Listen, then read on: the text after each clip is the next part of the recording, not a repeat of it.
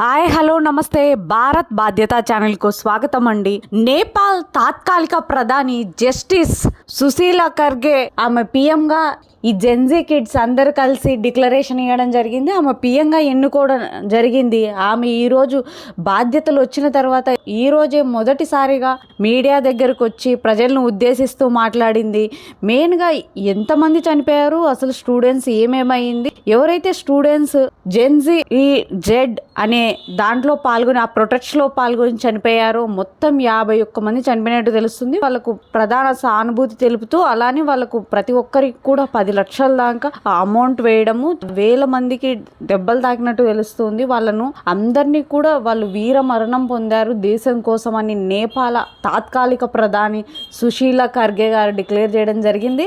Gen Z kid ఎవరైతే Nepal kids ఉన్నారో వాళ్ళందరూ కూడా ప్రభుత్వానికి ఎదురెళ్ళి ప్రభుత్వాలు చేసే కరప్షన్ ని ఆపేయడానికి అక్కడ ప్రధానిని రాజీనామా చేపించడం జరిగింది. వాళ్ళ ప్రధాని పిల్లలు ఎవరైతే ఉన్నారో కేపీ ఓలీ శర్మను రాజీనామా చేపించారు.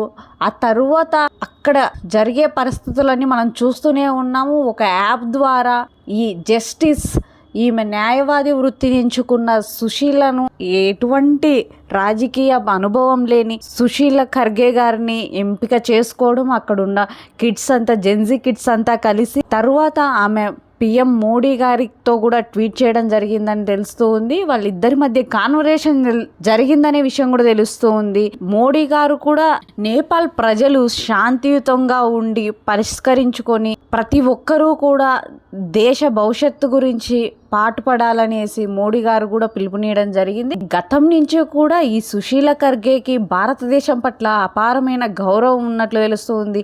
ఆమెకు ఇప్పుడు కూడా మోడీ గారితో మాట్లాడడం కానీ మోడీ గారి సలహాలు తీసుకోవడం కానీ ఆవిడ జరుగుతూ ఉంది. ఈ నేపాల్కు మళ్ళీ భారత్కు గతంలో ఉన్న అదే క్లోజ్నెస్ మెయింటైన్ అవుతుందని అందరూ ఆశాభావం వ్యక్తం చేస్తూ ఉన్నారు. ఇటువంటి మోర్ ఇంట్రెస్టింగ్ వీడియోస్ కోసం నా ఛానల్ లైక్ చేయండి, షేర్ చేయండి, సబ్స్క్రైబ్ చేయండి.